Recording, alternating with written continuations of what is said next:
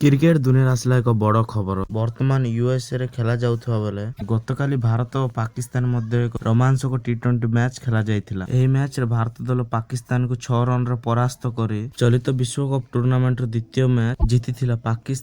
ପାକିସ୍ତାନ ଦଳ ଜିତିବା ମ୍ୟାଚକୁ ହାରିବା ପରେ ପାକିସ୍ତାନ କ୍ରିକେଟ ଫ୍ୟାନ୍ସମାନେ ନିଜ ଦେଶରେ ଟିଭି ଭଙ୍ଗାରୁଜା କରିବା ସହ ଆତଙ୍କ ସୃଷ୍ଟି କରିଛନ୍ତି। ଭିଡିଓଟିକୁ ଆରମ୍ଭ କରିବା ପୂର୍ବରୁ ଆପଣମାନେ ଏହି ଚ୍ୟାନେଲରେ ନୂଆ ଦେଖୁଥିଲେ ଲାଇକ୍ ଆଣ୍ଡ ସବସ୍କ୍ରାଇବ କରି ସେୟାର କରନ୍ତୁ। ଚ୍ୟାନେଲକୁ ୱାଚ୍ କର। ସୂଚନା ଅନୁଯାୟୀ ଏହି ରୋମାଞ୍ଚକ ଟି-20 ମ୍ୟାଚରେ ଭାରତ ଦଳ ପ୍ରଥମ ଇନିଂସରେ ବ୍ୟାଟିଂ କରି 19 ଓଭର ପ୍ରଥମ ବଲରେ 119 ରନ୍ କରି ଅଲ୍ ଆଉଟ୍ ହୋଇଥିଲା ଏବଂ ଏହାପରେ ପାକିସ୍ତାନ ଦଳ 120 ରନକୁ ପିଛା କରିବାକୁ ମଇଦାନ ଖୋଲିଥିବା ବେଳେ ଭାରତୀୟ ଫାଷ୍ଟ ବୋଲର ଯଶପ୍ରୀତ ବୁମରା ଓ ଅଲରାଉଣ୍ଡର ହାର୍ଦ୍ଦିକ ପାଣ୍ଡ୍ୟା ଚମତ୍କାର ବୋଲିଂ ପ୍ରଦର୍ଶନ କରି ପାକିସ୍ତାନ ଦଳ ସୀମିତ 20 ଓଭର 113 ରନ୍ ମରି ପରାସ୍ତ ହୋଇଯାଇଥିଲା। ପାକିସ୍ତାନ କ୍ରିକେଟ ଫ୍ୟାନ୍ସମାନେ ରାଗିଯାଇ ନିଜ ଦେଶରେ ଝଗଡ଼ା ଯୁକ୍ତି କରିବା ସହ ପାକିସ୍ତାନୀମାନଙ୍କୁ ଟ୍ରୋଲ୍ସ କରୁଥିଲେ।